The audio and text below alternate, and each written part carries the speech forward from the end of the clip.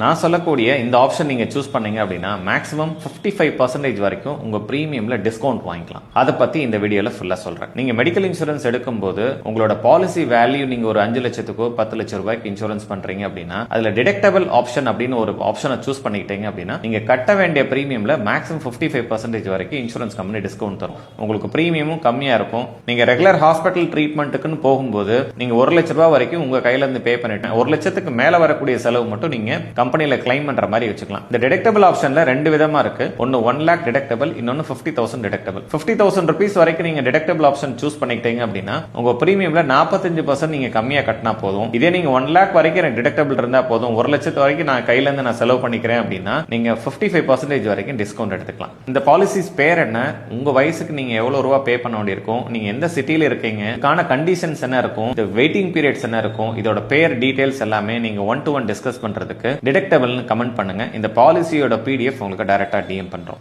Medical insurance சம்பந்தமான முக்கியமான விஷயங்கள் நீங்க தெரிஞ்சுக்கிறதுக்கு என்னோட பேஜ் ஃபாலோ பண்ணுங்க. உங்கள் மருத்துவம் எங்கள் செலவில்.